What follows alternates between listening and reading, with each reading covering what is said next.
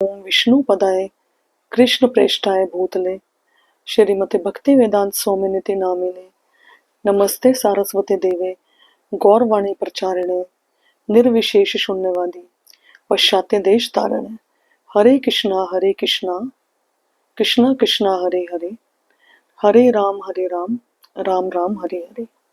मैं स्वागत करती हूँ आप सभी का हमारे YouTube चैनल में साधना प्रीति देवी दासी में, और मैं हूँ आपकी दासी साधना प्रीति। कहते हैं कि ज्ञान बांटने से बढ़ता है, और आपके साथ इस श्रील प्रभुपाद की बुक्स में जो ज्ञान दिया हुआ है, मुझे बांटने में, इस ज्ञान को शेयर करने में, इस ज्ञान को बांटने में बहुत अच्छा लग रहा है। आनंद का अनुभव हो रहा है। मेरा आपसे अनुरोध है, कृपया आप भी इस प्रभुपाद वाणी को दूसरों तक पहुंचाएं। आप हमारे जो ये वीडियोस हैं उन्हें दूसरों को शेयर करें, और आपके एक शेयर से किसी के जीवन में कुछ बदलाव आ सकता है। यदि आपको मेरे वीडियोस पसंद आते हैं तो कृपया लाइक करें और उनको शेयर करें, और नीचे कमेंट बॉक्स में कमेंट करें। तो लेट्स बिगिन द क्लास। हम श्रील प्रभुपाद जी की बुक चल रही है। बुक जो हम पढ़ रहे हैं, पुस्तक, वो है जन्म और मृत्यु से पर है। तो फर्स्ट जो चैप्टर है वो ओवर हो गया था। आज हम सेकंड चैप्टर को स्टार्ट करेंगे। सेकंड चैप्टर है, इसका नाम है मृत्यु के समय उन्नति। इसमें श्रील प्रभुपाद जी बताते हैं कि अध्यात्मवादी अनेक प्रकार के होते हैं जिनको योगी कहा जाता है, जैसे कि हठ योगी, ज्ञान योगी, ध्यान योगी और भक्ति योगी। ये सब आध्यात्मिक जगत में स्थानांतरित होने के लिए योग्य हैं। योग शब्द का अर्थ है जुड़ना, और योग विधियां हमारा संबंध आध्यात्मिक जगत से स्थापित करने के लिए निर्मित है। श्री प्रभुपाद जी इसमें मृत्यु के समय उन्नति चैप्टर में बताते हैं कि हम तो इस भौतिक संसार में पड़े हुए हैं, जन्म मृत्यु के चक्कर में पड़े हुए हैं, लेकिन जो बहुत सारे ऐसे योगी होते हैं जो अपने आप को इस भौतिक संसार से परे, जो आध्यात्मिक जगत है, उसमें चले जाते हैं वो मृत्यु के उपरांत। और वो जो अध्यात्मवादी है, उनका जो ट्रांसफर है उस आध्यात्मिक जगत में होता है।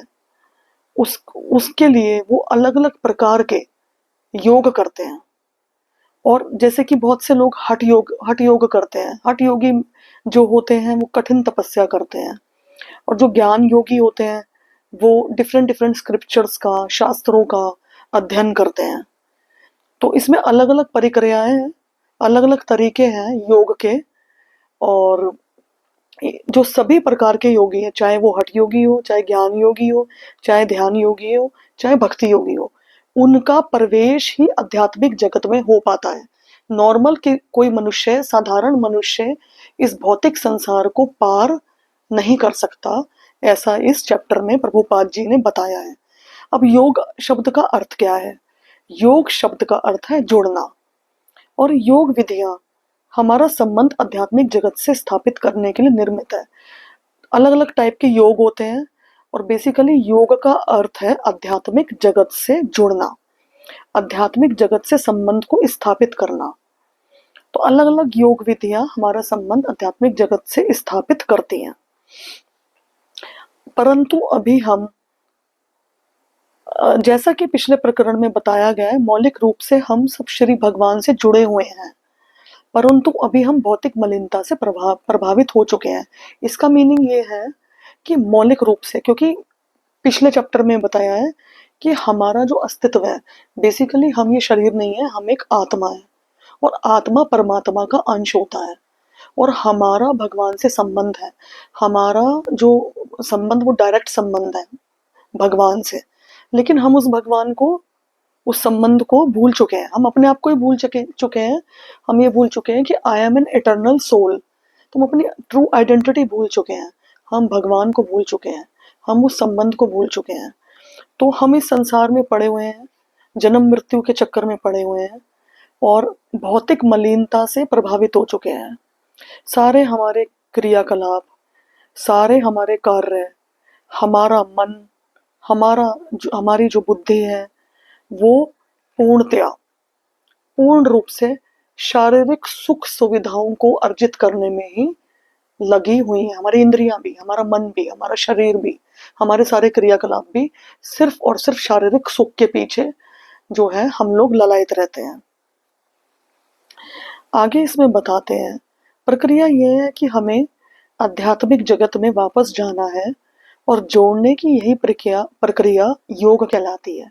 हमारा जो गंतव्य स्थान है, क्योंकि हम एक विशुद्ध आत्मा है, हम इस संसार में पड़ गए हैं, किसी तरह से हम यहाँ गिर गए हैं, लेकिन हमारा जो असली जो गंतव्य है, गंतव्य स्थान हमारा आध्यात्मिक जगत है।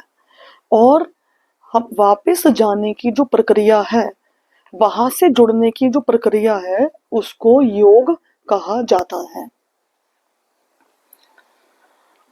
वर्तमान काल में हम श्री भगवान या परम सत्य से रहित हैं।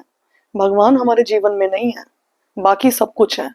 जैसे कि मुझे एक बाइबल में एक कहावत मतलब लिखी हुई है, there is a saying in Bible कि इस संसार में रह के आपने सब कुछ पा लिया, सब कुछ पा लिया, सारी भौतिक सुख सुविधाएं आपको मिल गई, आपको सब कुछ मिल गया, आपको ऐश्वर्य मिल गया, धन दौलत मिल गई, सब कुछ मिल गया, लेकिन आपने अपने असली स्वरूप को ही नहीं जाना कि आप कौन हैं।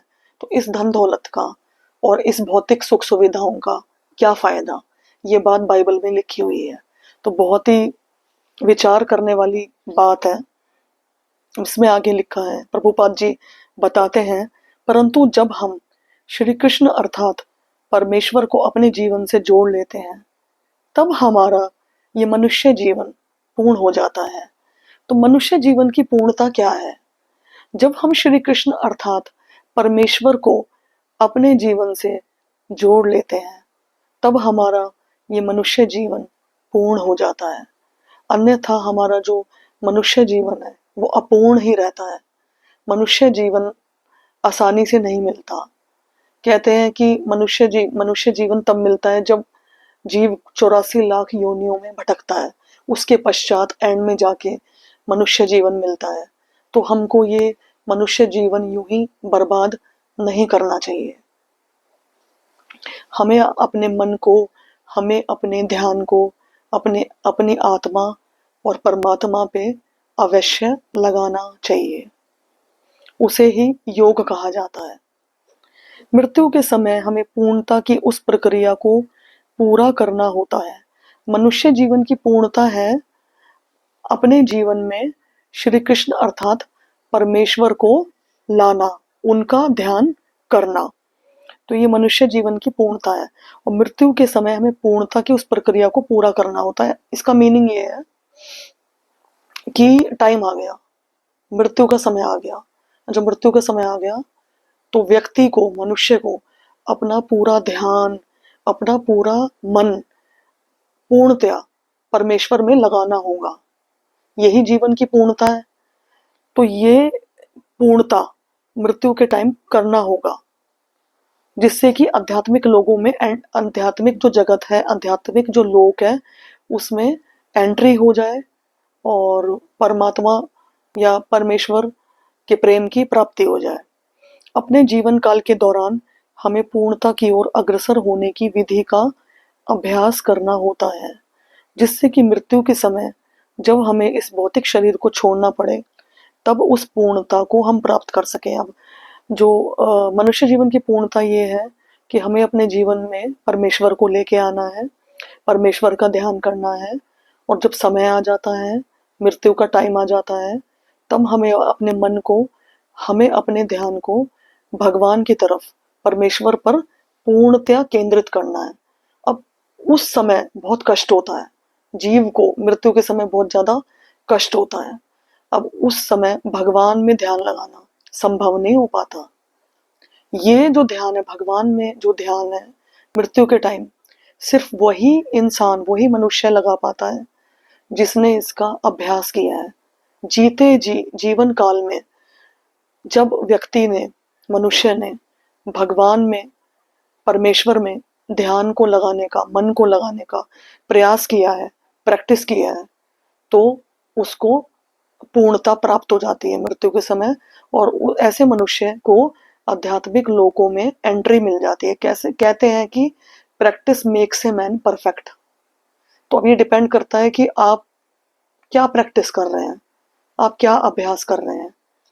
आप क्या, ऐसा तो नहीं कि सांसारिक गतिविधियों में आप इतने ज्यादा सांसारिक हो गए हैं, बहुत ज्यादा आवश्यकताओं के पीछे, मतलब भाग दौड़ भरी जिंदगी हो गई है कि आपका पूरा ध्यान ही अपने असली स्वरूप आत्मा से और परमात्मा से हट गया है।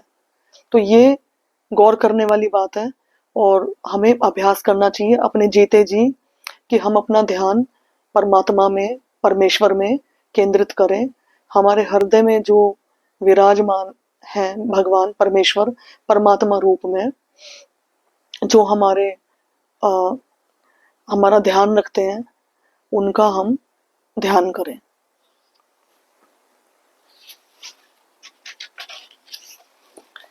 जैसा कि श्रीमद् भगवद गीता के 8.10 श्लोका में भगवान कृष्ण अर्जुन को बताते हैं, मृत्यु के समय जो व्यक्ति अपने प्राण को भवों के मध्य स्थिर कर लेता है और अविचलित मन से पूर्ण भक्ति के साथ परमेश्वर के स्मरण में अपने आप को लगाता है, वह निश्चित रूप से श्री भगवान को प्राप्त होता है।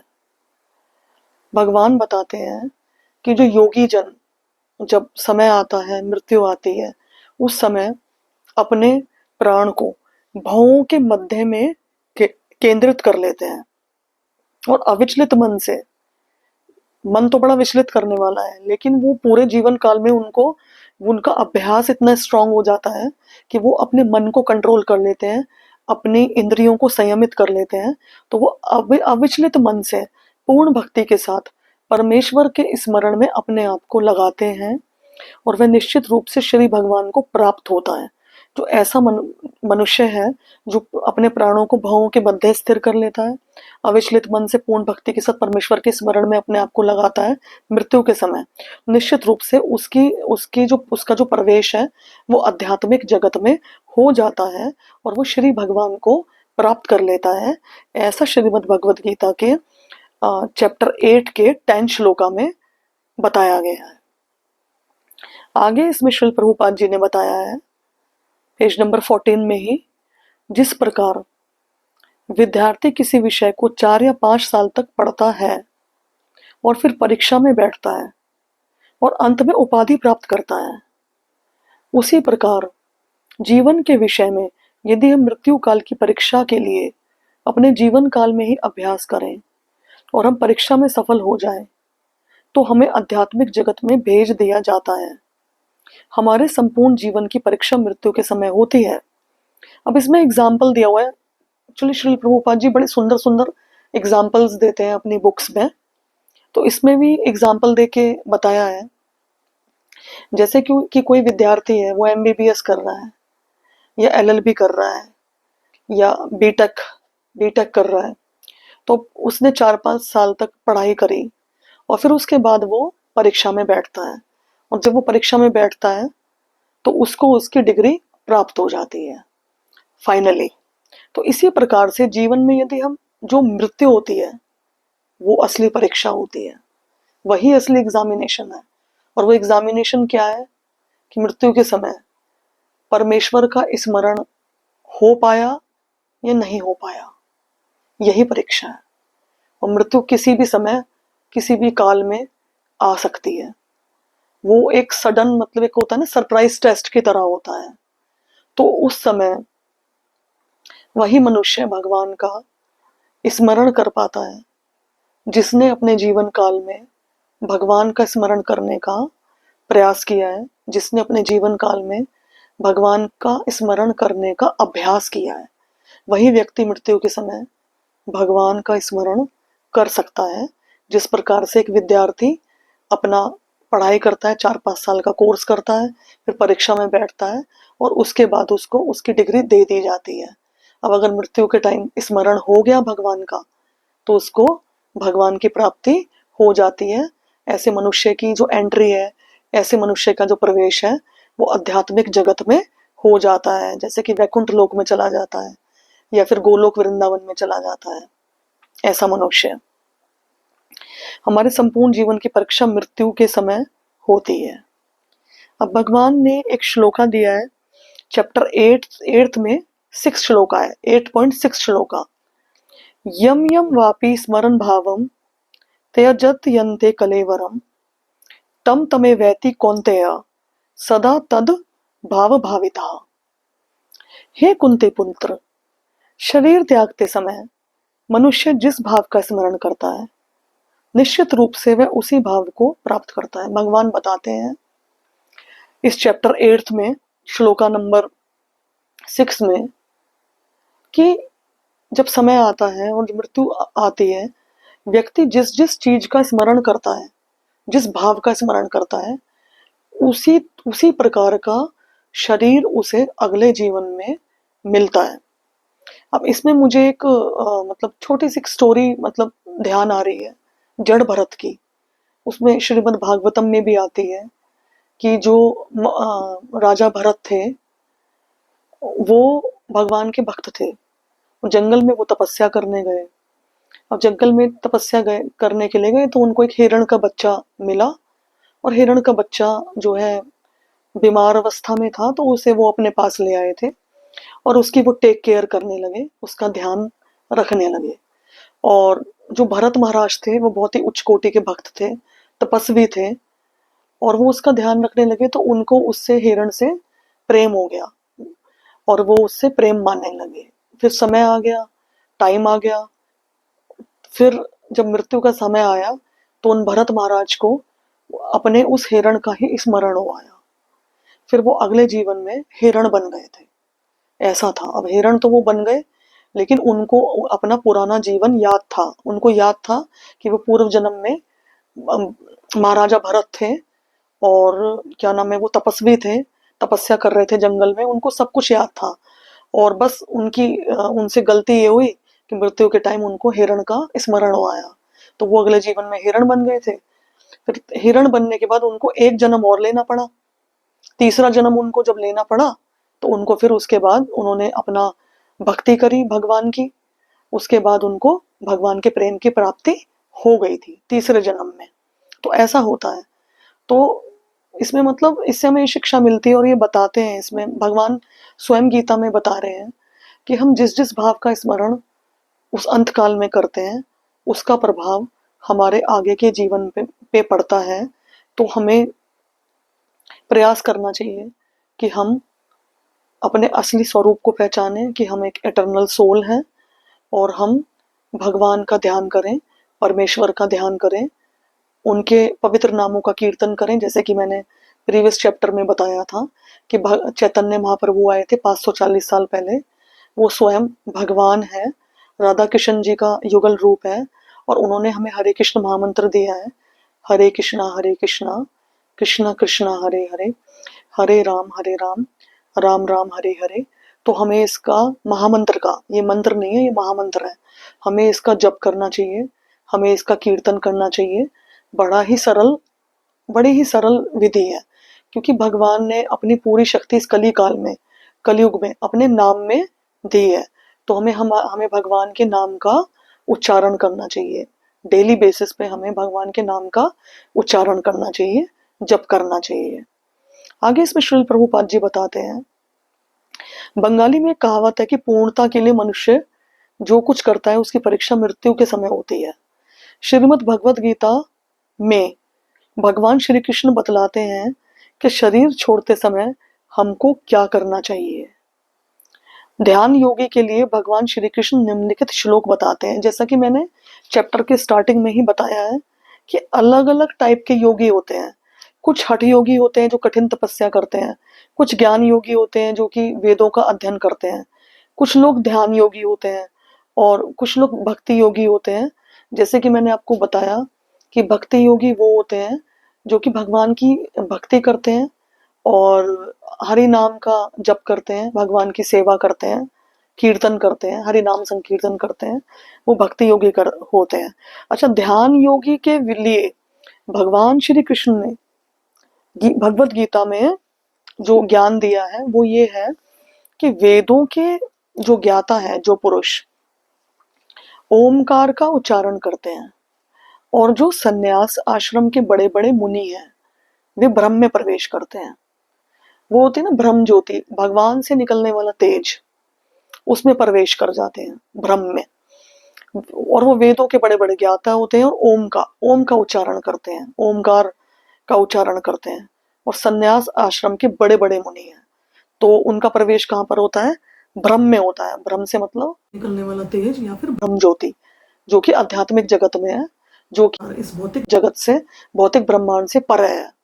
की इच्छा करने वाले ब्रह्मचर्य व्रत का अभ्यास करते हैं। जो ध्यान योगी होते हैं वो ब्रह्मचर्य का पालन करते हैं।